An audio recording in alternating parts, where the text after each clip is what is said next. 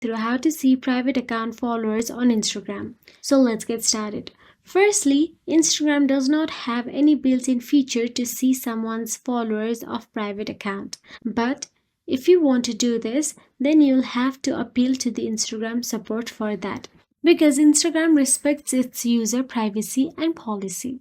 So now simply go to the Instagram app and go to your profile, then tap on the three dashboard option available in the top right corner of your screen to navigate to the settings and privacy.